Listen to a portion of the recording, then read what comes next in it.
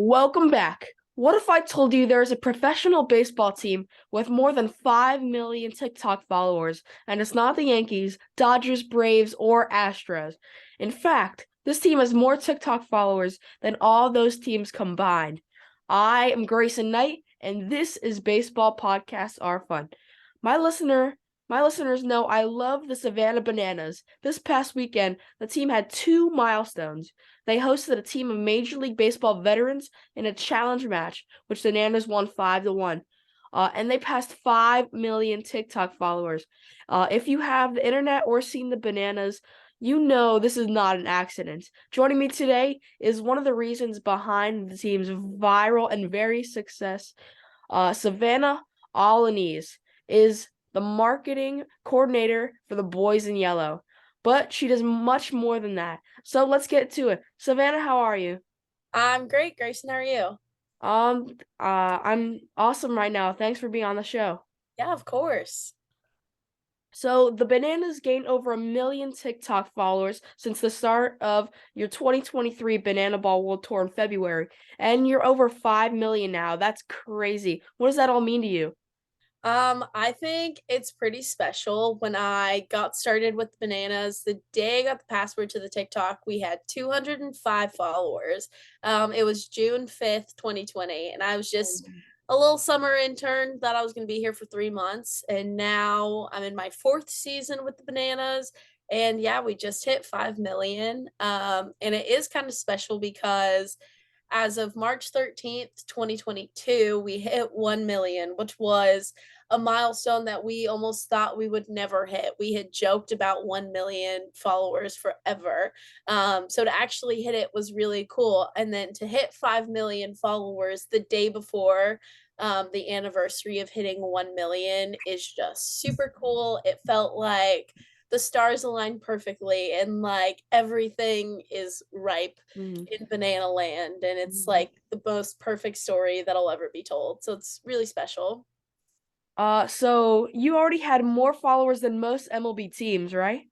Yeah, we did. I remember in the early TikTok days, and I still have the Excel sheet of how many followers every MLB team had, and trying to see, like, okay, where are we at on a weekly basis? Like, I think the Cubs were like our biggest, or the Yankees, and we were trying to pass them. And I think we easily beat them whenever we hit like 800K.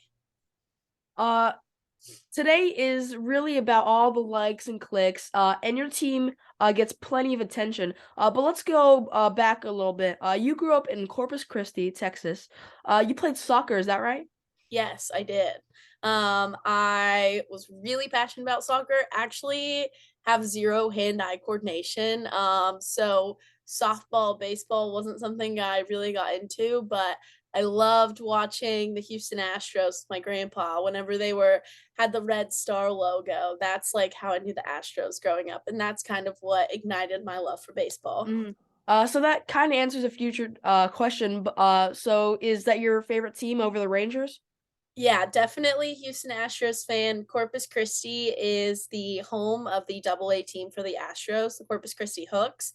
So I went to a lot of games, hung out at Whataburger Field a lot as a kid, and then even so, whenever I was in college at Texas A&M Corpus Christi, so that kind of like I got to see all of the players that are with the Astros now. Like you got to see Altuve, I got to see Bregman, Correa, whenever he was an Astro. All those guys that are super well known. I got to see them go through the system.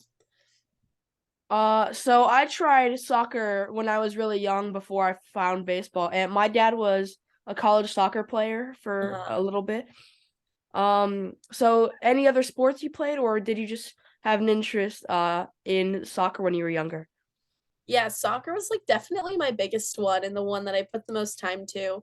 I started playing soccer whenever I could walk. My dad loved soccer, so he really wanted me in it.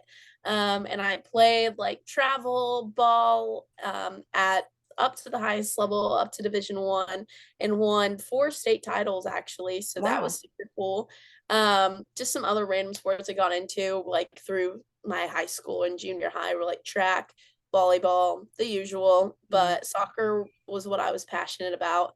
And then decided, yeah, after my senior year, I was like, I think I'm kind of worn out. I think I just want to have like a normal life and not practice like 6 hours a day. So I decided to end my soccer career in high school. So you attended Texas A&M, Corpus Christi. Did you play soccer in college? I did not. I decided not to.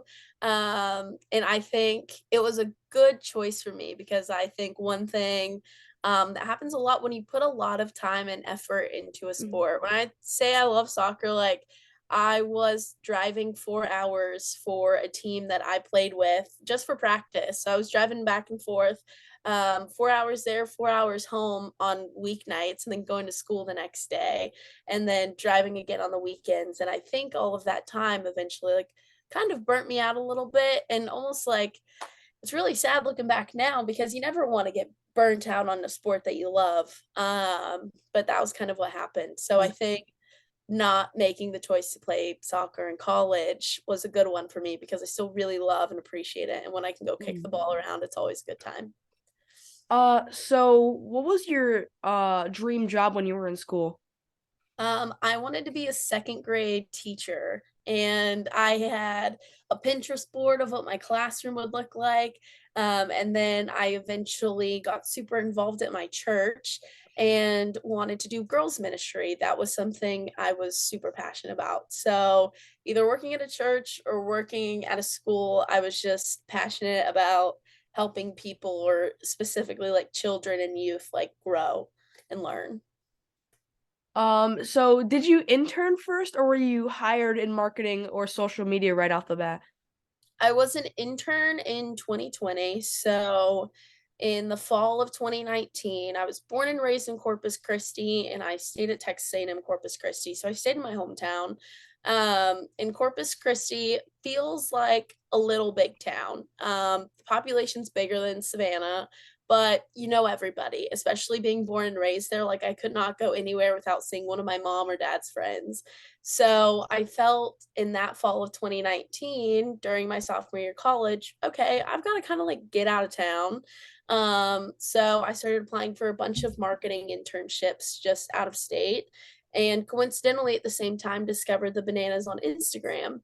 So, sure enough, the internship applications had just opened up, and my roommate encouraged me to apply. So, then a few months later, I found out I would be going to Savannah in the summer of 2020. And so I did start out as an intern that summer. I was the digital engagement intern, one of two.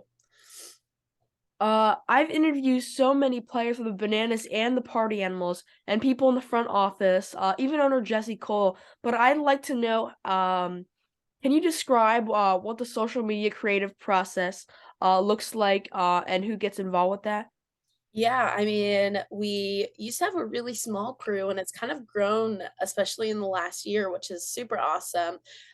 We have Kara Heater, who is our marketing director, and she's amazing. She was kind of in charge of me whenever I was an intern, and I'd be lost without her. But Kara kind of oversees everything. And I guess the process, how it goes from there, is we like to call it the circle of life. We have Zach Frangelo, our entertainment director, and he works with Jesse and even people outside of just the creative team, other people in the front office or players or fans. And we kind of get ideas and we pull inspiration from other sports or trending dances on TikTok, and we'll put that into a game script and Like try the to 322. like the 322. Speaking of, I have a 322 Oh, tattoo. that's awesome. Yeah, it's super cool. And so like things like that, yeah, they get put into a game script. And like as you know, we can script games up to a point, like we can script the 3-2-2 dance before the pitch is thrown, but we can't script whether or not the pitch is going to be a ball Mm. or a strike. S- Uh, Um, so, so to my listeners that don't know, can you explain the 322 for them? Yes, the 3-2-2 is a dance that happens third inning, second hitter, second pitch. Whenever the Bananas are on the mound, we either find a dance like a generic one, I wouldn't even know, some Beyonce dance, or maybe we find a trending TikTok dance. and the players learn that dance. And it's the pitcher, shortstop, second baseman, and center fielder, and even the umpire and the catcher get into it sometimes. And yeah, we shoot that from behind home plate and we put it out on TikTok, Instagram, whatever, and it always get tons of views, tons of likes. It's one of our favorite things. That's That was awesome. always a winner for us. It's the best. Um, so going back to our little circle of life, things like the 322 comes from entertainment, puts into the game script. Then that's when our video team comes in. We've got a bunch of them on there. We have Yvonne, we have Zach Bro, and Caitlin. And then obviously we have seasonal interns. So right now our intern is named Ian. He rocks. They kind of figure out what's the best way to shoot this. What camera angles do we need to capture the best side of whatever it is going to be happening? Say it's a run celebration. Maybe we need a shot from behind home plate, or maybe we need a shot from the party animals third base dugout, so where you can see all the bananas in the first base dugout. So they've got good eyes for that, so they do that. Then when Kara and I come in is looking at the content and trying to figure out, so how does this fit Facebook, or how does this fit Twitter? And how can we like tweak it with the sound, or we maybe cut it shorter, or does it need to be horizontal or vertical to fit the platform better? And then kind of tweak the video with the video team from there after it's already captured. And then we decide, all right, now it's going to go out on this platform with this caption and these hashtags. So then it comes back to entertainment and the live shows, and then we continue from there. So I think that's kind of how content gets created and put out, but it's a large mixture of input from everyone, and we work super closely with Jesse Mhm, to get these things created and captured. It's really mhm. cool. So can any player come up with any idea, or does it have to be someone from the marketing team or the entertainment team? Anybody can come up with any idea. One of our best ideas came from our finance director, Matt Powell, in 2021. We did the golf batter, and it ended up on Yeah. like the Golf Network and all ESPN Sports Center, all these different things. And that was just Matt saying, like, hey, what if a batter came up with a caddy and he like came up with the bag, was wearing the white suit, everything. And then the idea kind of kept like snowballing from there. Like, okay, what if he uses a rangefinder and like scopes out the field, or he like pulls the bat out of the golf bag? So like kind of the way it works, and even like just within the creative team too, is if somebody has an idea, eventually you don't even know whose idea it is because it just keeps snowballing and all these creative brains come together. It doesn't just have to be the creative department, it can be anyone in the front office, or sometimes the players come to us with ideas and we might tweak it or add this because we know it'll hit this audience better. So who came up with the idea to do the games now on YouTube? Um, I'm not really sure. I think that was a collective process, and we kind of realized that YouTube, I think in 2021 was putting more emphasis on pushing out live streams, and we thought that could be really good for our digital audience. We don't want them to have to pay. That almost like limits us in a sense. So let's stream our games on YouTube for free. So now, obviously, those YouTube streams have gotten really big and it's awesome. And it allows us to reach more people on the internet that haven't seen us before because maybe they're just scrolling on YouTube, or they haven't seen, their fans that have watched the TikToks but haven't seen a Banana Ball game before. And watching on YouTube is a way that they can engage. So the Bananas are known for their awesome clips, and lots and lots of dances, like Vince, the dancing umpire. That's really awesome. I've interviewed him. Maceo, dancing first base coach, interviewed him too. So what are some of your favorite clips that have been posted out and like got the most likes? Definitely. Obviously any 322. Those are my favorite because I get to have such a close role with them. Like sometimes I'm the one that finds the dance or the sound and sends in, says we should do this.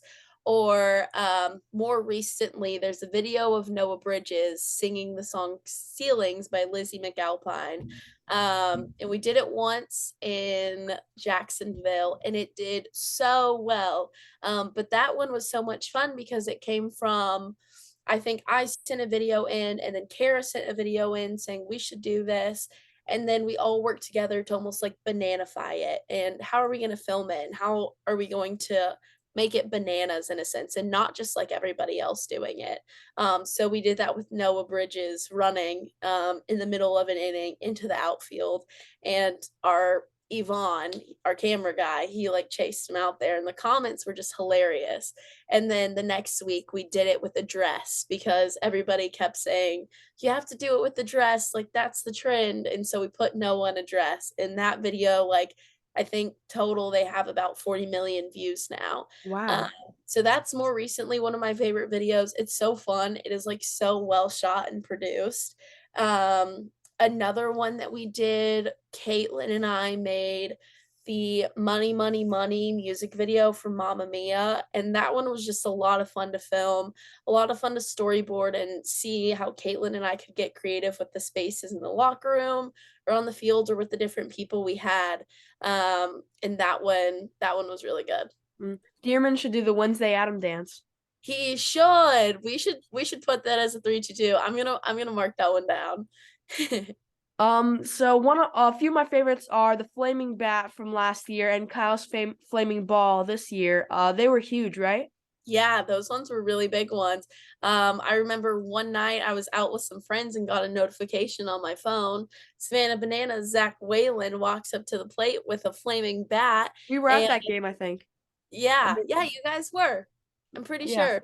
And yeah, I just got a notification on my phone from ESPN, and I was like, "What the heck?" Like it was like 3 days after the video went out. It was crazy. And then yeah, Kyle's ball on fire was crazy. That was like honestly one of the crazier things we've ever done on a baseball field. That was one of those things where we couldn't tell the stadium before we were doing that because it was more of like a ask for forgiveness, not permission kind of thing. Uh-huh.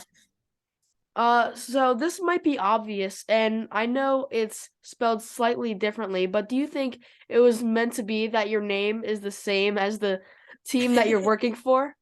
Yes, I definitely do, and I said that whenever I applied for my internship with Bananas in 2019. I said, like, "You guys have to hire me, obviously, my name is Savannah." And the reason why my mom named me Savannah is she loved the movie Savannah Smiles, but she wanted me to be different, so she spelt it wrong with just one N. And now I'd like to tell people when they tell me I spell my name wrong, I tell them, I "Well, know. Bananas, we always talk about being different, and that's how I'm different, and I think that's why they hired me." That's awesome. So my name is Grayson, and I would love to be to play professional ball at Grayson Stadium one day. Yeah, exactly. You just have to speak it until you see it. You just manifest it. Mhm. So I have a few 2023 World Tour questions for you. This weekend, the team will be playing 3 games at Sugarland just outside of Houston. Will you and your friends and family be there watching the game? Yes, we're actually leaving to Sugarland tomorrow. Super excited, doing laundry as we speak to pack up and go. But I have 150 tickets out for my friends and family to come to the game on Friday, and I'm Wow. so excited. It'll be my mom, my stepdad, and my dad have all been to a game, but none of my brothers or sisters or like my aunts or cousins or grandma and grandpa have come. So I'm really excited for them to be able to experience the Bananas show. It's gonna be Okay. so cool. And just to be in Texas, like everything's better in Texas. So can't wait to be in my home state. My aunt and uncle will be at the game. So are my two cousins. Cool. They're so excited. But besides these games, what are a few cities you're most looking forward to this season? I'm really excited to go to Arizona. I know the Peoria Sports Complex where we're playing at is super cool. It's a spring training facility, and I've heard great things about it, seen it on TV. It looks super cool. Obviously, I'm excited to go to Vegas. I mean, who wouldn't be? That's gonna be a blast. It just feels like the party animals are gonna fit right in Vegas. I'm super excited to go to Cooperstown. I know that's, like, super meaningful for the baseball community, so it's gonna be cool to just experience it firsthand. And then one city I'm really excited to go back to is Montgomery. So I guess I'm pretty lucky because we're going Sugarland, Montgomery, and then Peoria. But Montgomery was one of my favorite places that we played last year. We just had so much fun as a creative team, and it felt like everything went right that weekend. And that was like Yeah. the weekend last year where we like caught our groove and we're like, we're doing this thing and we're doing it well. Yeah, it was So awesome. yeah, super excited to go back to Montgomery. It's gonna be fun. Cooperstown is definitely gonna be a blast for you guys. I went this past July, and the stadium is really, really good. Like it fits lots of people, and I think you guys will have a lot of fun. Cool. Yeah, I'm pumped. So just a reminder, please put in a good word for next year's tour to please come to Gwinnett County to Cool Ray Field. So I can finally have a Bananas game closer besides Savannah to me. I definitely Mm. will. I know we're gonna be playing at some really cool parks in 2024. I know I've heard some of the ones we're looking at going to and some of the ones that are already locked down. So I think there's some good news in store for people next year. Yeah. So I just want to point out that it's Women's History Month. More women are involved in baseball than ever before, and certainly the Bananas have a big number of women that helped with their success. What does it mean to you to be one of the growing number of women in baseball? I think it's really cool because, yeah, like you said, that number of women in sports and baseball is growing, but we're still a little bit outnumbered. So it feels cool to almost like show people or young girls that maybe want to find a career in baseball one day, like, hey, this is possible and you can do this and succeed. As like, just because you're a woman or you're a girl doesn't mean that you'll do any less than being a male counterpart or male coworker. So I think it almost takes like a big responsibility, especially now being in like the banana spotlight, and being the social media girl and really anybody on banana staff that is a woman. I think we have a big opportunity to show people that like this is possible and you can not only do it but do it really well. Mm.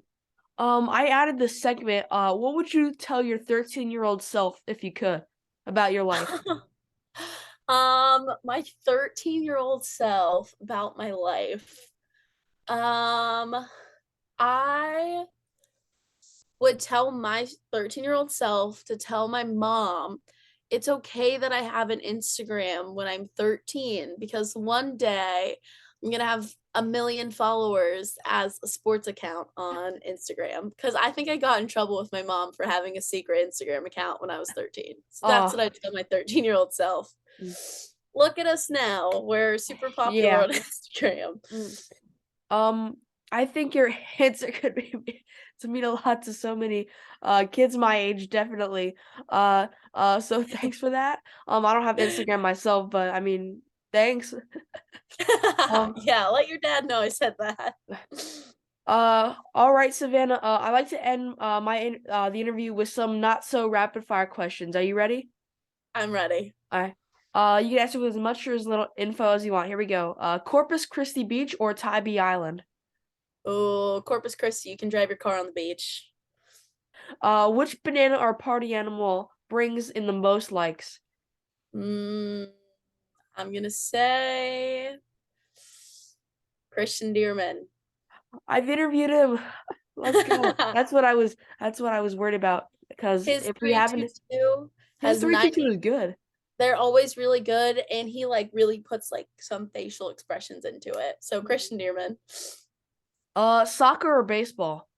Mm, tough one. I'm gonna say baseball. If you were like 12 years old, you would say otherwise, right? 12 years old, I would definitely say soccer, but I'm a big baseball fan and I tend to put baseball on my TV more than I do soccer. So Bananas owner Jesse Cole talks about planning for 25 years into the future. What do you see yourself doing in a quarter century?